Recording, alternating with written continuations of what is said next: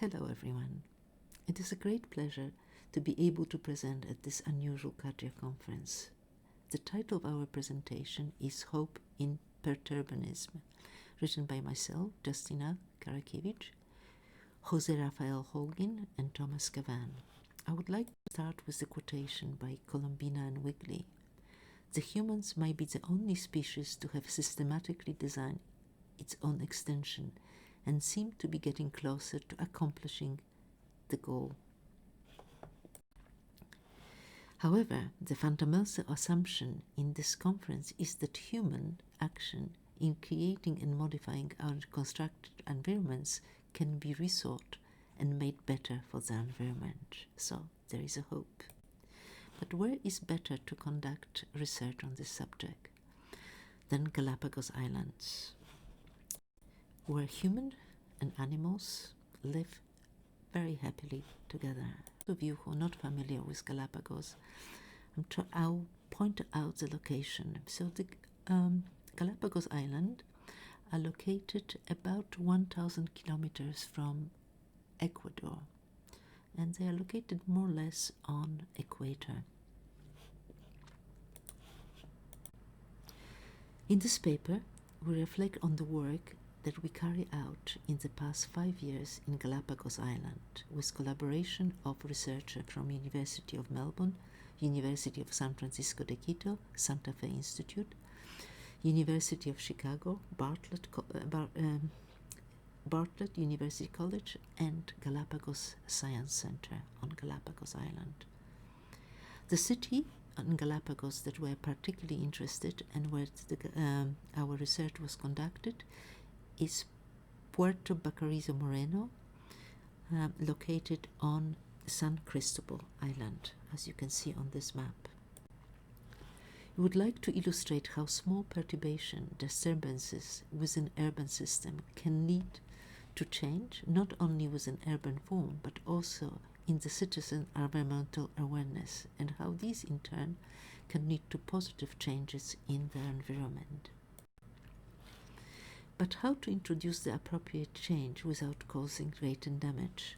In this in mind, we propose to look at adaptive cycles and complex adaptive system, CAS, in order to illustrate the positive potential of intervention and disturbances that could lead to more resilient future. I'm sure you're all very familiar with cycle of adaptive change, so I'm not going to mention and describe it today. However, Panacky diagram, also defined and designed by Gunderson and Holguin,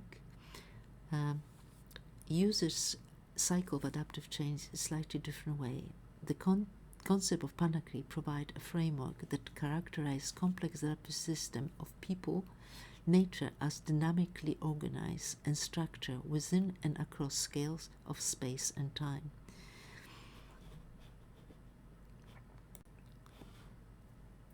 You can see here the levels of Panacky that can be drawn as a set of nested adaptive cycles arranged as dynamic hierarchy.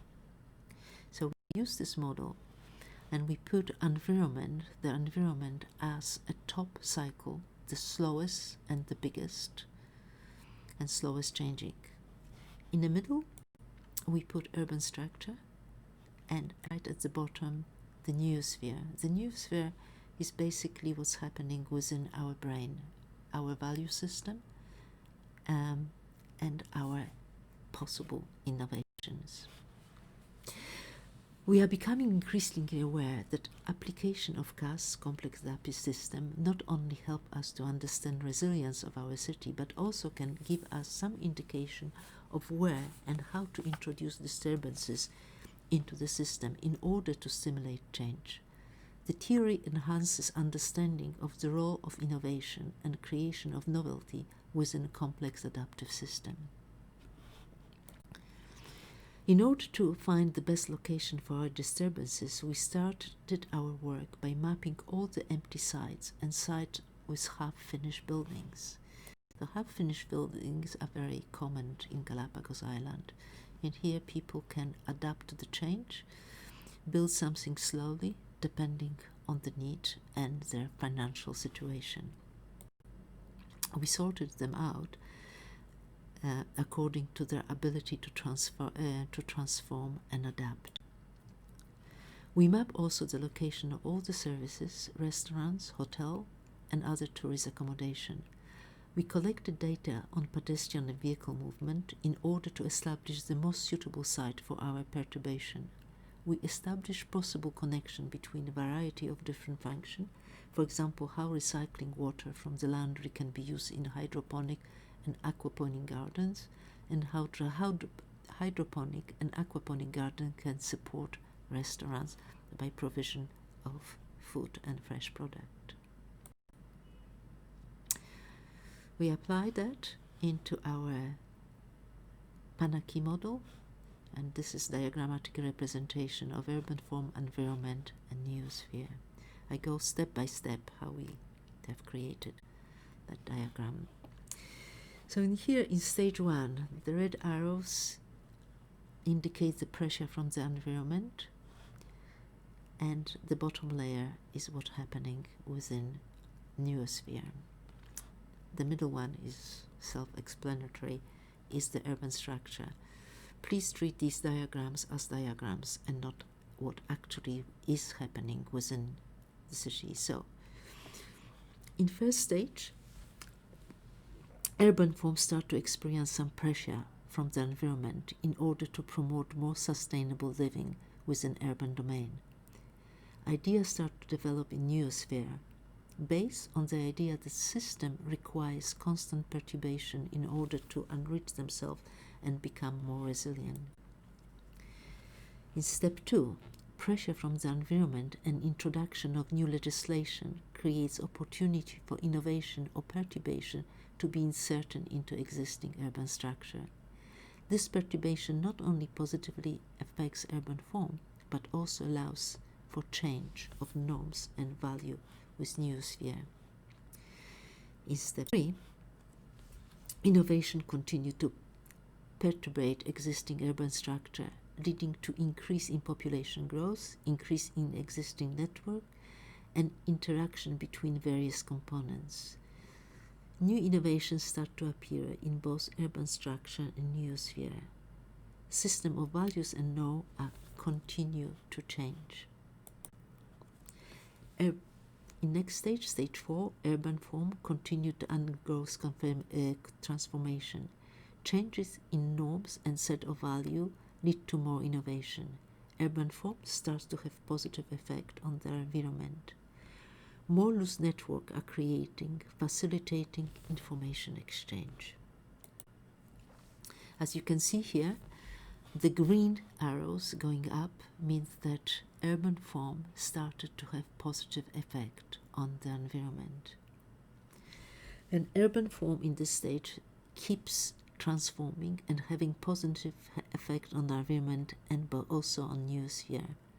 Urban form is now capable of innovation not initially known or possible. Some of initial innovation are disappearing or being replaced. Next stage. The networks are growing and remaining loose. New innovations are constantly being introduced. Some of them thrive and some disappear. All these three cycles, noosphere, urban form, and environment, are constantly transforming into more complex, more resilient, and more adaptive system form. So, how can we do that? By applying our digital techniques. Our computational model was designed as an agent-based model, in which individual parcel of the city became agent. A network graph of the city was built in order to create relationship between all the parcels, such as connectivity and distance to each other. Each parcel will have its own set of attributes, which came from the data that was gathered by students through their in-person surveys of the city and provided digital information about public-private use, occupation of public spaces, interior public spaces, use number of floors, etc., etc. A lot of data has been gathered in the past 5 years.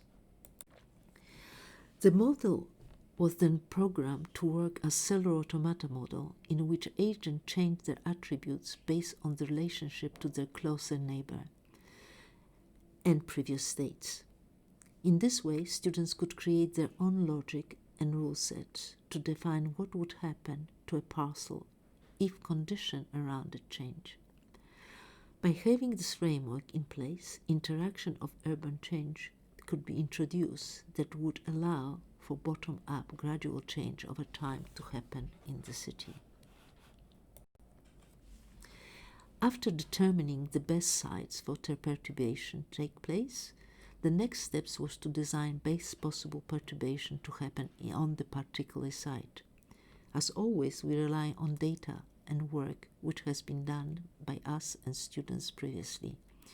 Students were able to work in group, each group addressing one of the issues that were considered as top priority by the government. This included water, invasive species, food security, waste, diversity of deployment, and dependency on the mainland.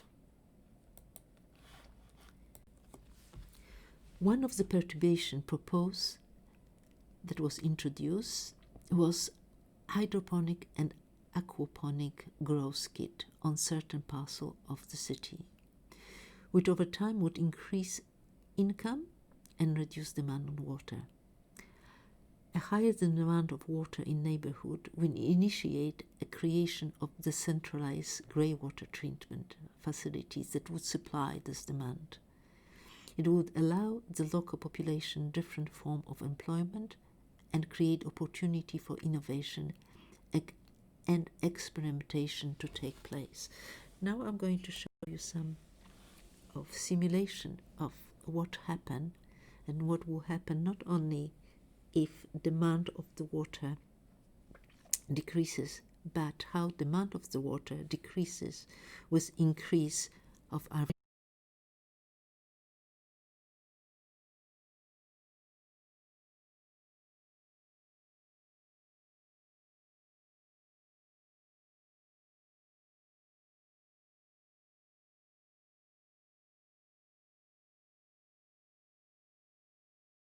environmental awareness, so what's happening in your noosphere, and how that reflects on new innovation happening within urban environment.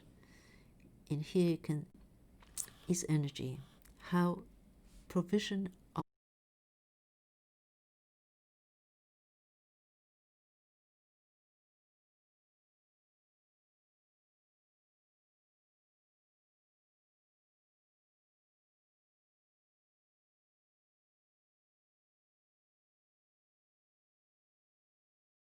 of solar panel and using the wind.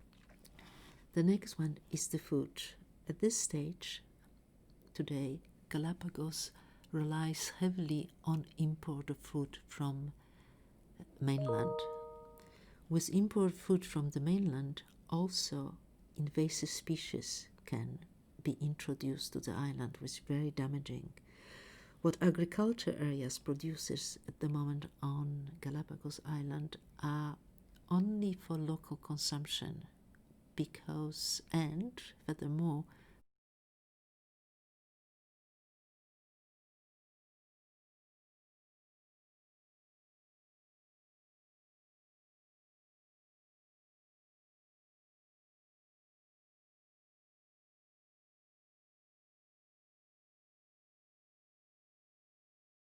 people prefer to eat imported food. Now, what we're suggesting here is urban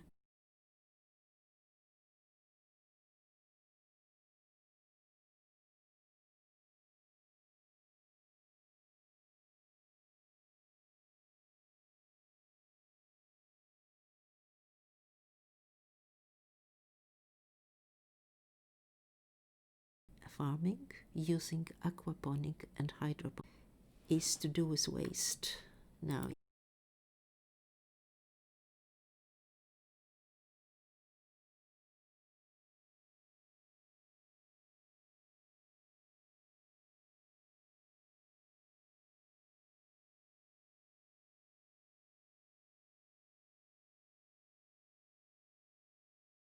In here we propose recycling plastic, not only plastic that exists on the island, but also the plastic that is deposited on the beaches from all over the world. So even if Galapagos reduce plastic or have no plastic imported, still the plastic will be deposited on the beach. Therefore, some kind of initiative has to be. So if we are looking for innovation and want to create a more resilient future, we should be investing in uncertainty instead of creating stability and certainty. This is counter to widely held assumption that stability and certainty are the best foundation for resilience. Strategically, for this reason, it's probably wiser to invest in small perturbation first if we want to change existing status quo. Thank you.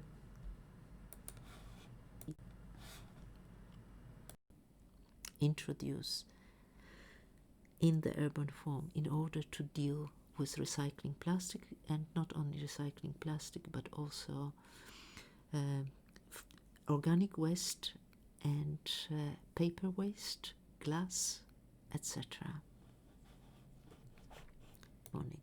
The reason why we're introducing hydroponic and aquaponic is that actually aquaponic and hydroponic using only 1/10 of the water demand to produce the food and provide fresh, not infected food for the locals and the tourism. Furthermore, hydroponic growth could reintroduce the local species and provide more exciting cuisine for the tourism. The next and the last simulation, wind energy decreases demand on energy demand, increasing the awareness in people perception on towards the environment and improves the environment. Slowly, gradually, the city is transforming. Observe how new innovations start happening, which is created in this much more yellow, starting from light green, then becoming yellow, and how all that increases the awareness within the people and then has effect on the environment. The next one